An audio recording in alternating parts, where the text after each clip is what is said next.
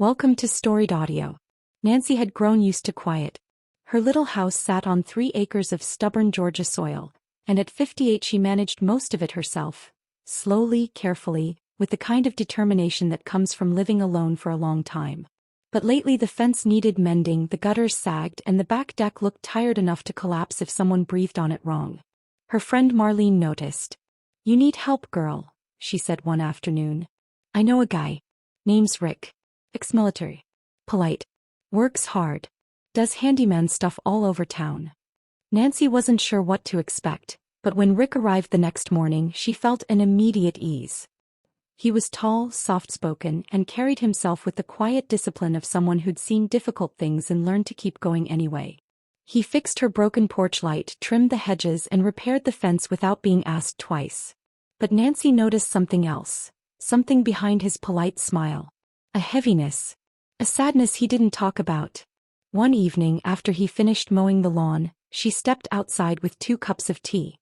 "You look like you could use a break," she said. Rick hesitated then accepted. They sat on the porch, the cicadas humming around them. After a few minutes he spoke quietly. "I was engaged," he said. "Before my last deployment. When I came home, she was gone. No explanation. Just gone." Nancy's heart tightened. She didn't pry, didn't offer clichés. She simply listened. And as she listened, another thought bloomed, unexpected but warm. Jenny. Her daughter, 27, single, and tired of dating men who treated her like an afterthought. Jenny deserved someone steady.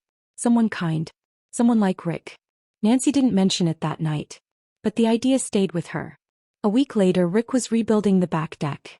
Jenny happened to stop by and Nancy heard her daughter freeze in the kitchen.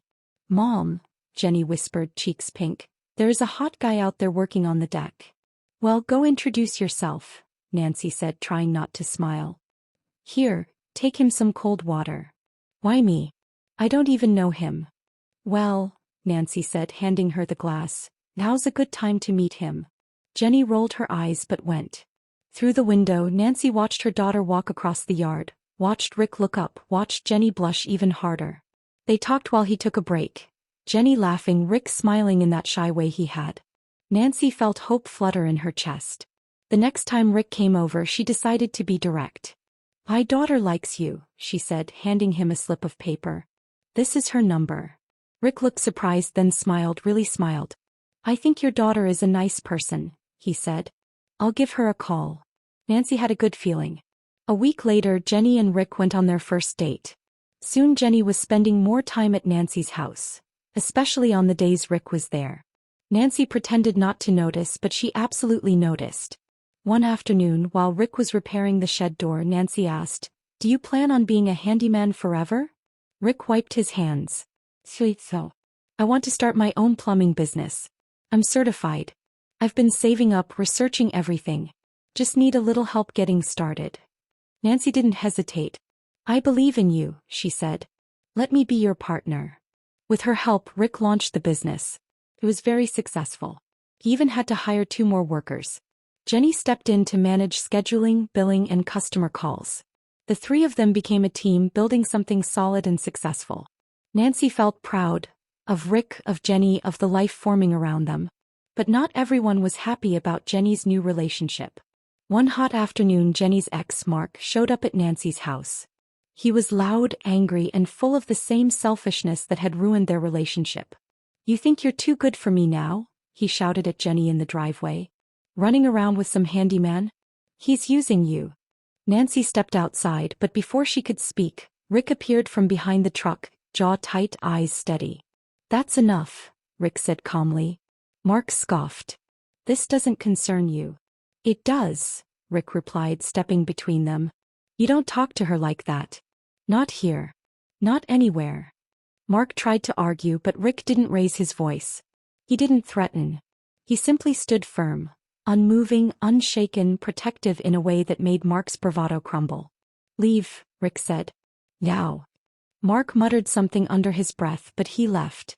Jenny's hands were shaking. Rick turned to her gently. "You okay?"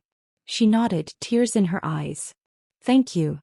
Rick touched her cheek, soft as a whisper. "I'll always protect you." Nancy watched from the porch, heart full. She knew then Rick wasn't just a good man. He was the right man. Months passed. The business flourished. Jenny and Rick became inseparable. Nancy felt joy every time she saw them together. One evening she came home to find Rick waiting on her porch, hands clasped, nervous in a way she'd never seen. "Nancy," he said, "you've been like the mom I never had. You believed in me when I didn't believe in myself. And I love Jenny. More than anything." Nancy felt her throat tighten. "I want to marry her," Rick said. "And I wanted to ask your permission first." Nancy's eyes filled with tears. "I couldn't ask for a better son-in-law." Rick hugged her and she hugged him back, feeling the warmth of family, real family, settling around her. When he asked Jenny later that night, she threw her arms around him. "It's about time you asked," she said, laughing through happy tears. Jenny and Rick married in a small ceremony under the oak tree behind Nancy's house. The business continued to grow. They bought a beautiful home just a few streets away, close enough for Sunday dinners and late-night visits. Nancy no longer felt alone. Her house was still quiet sometimes, but it was a warm quiet, filled with memories, laughter, and the knowledge that love had found its way into all their lives. And every time she saw Rick and Jenny together, she felt grateful for the day she'd offered a stranger a cup of tea. Subscribe to the channel for more audio stories.